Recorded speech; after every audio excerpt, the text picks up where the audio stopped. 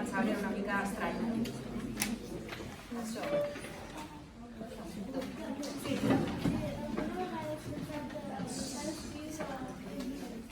Deixar d'escriure?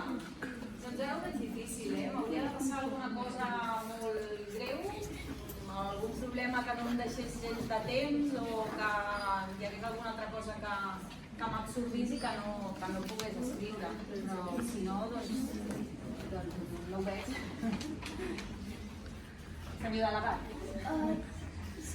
Si ho van fer servir l'automàtic, abans tenia que ocultar el peu que se té res... Amb l'ordinador, si vaig tenir algun problema? No, per sort no, per sort no.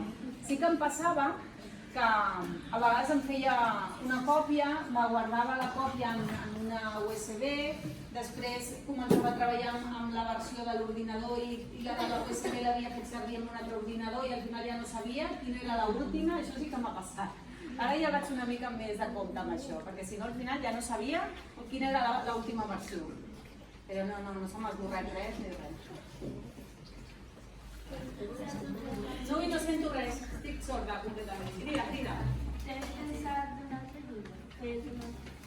Tinc pensat un altre llibre. De fet, tinc fet un altre llibre ja, però no està publicat. Just ara fa... en tornada a les vacances, més o menys, al setembre-octubre, vaig acabar una altra novel·la, està acabada i està amb els meus lectors zero, que espero que l'hagin començada, no ho sé. Estic a l'espera que em diguin alguna cosa.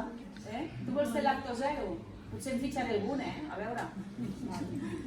Espero que em diguin alguna cosa al desembre i quan em diguin alguna cosa al desembre que tindré uns dies de vacances com vosaltres, fer modificacions i després ja veurem què faig amb aquesta novel·la. Però sí.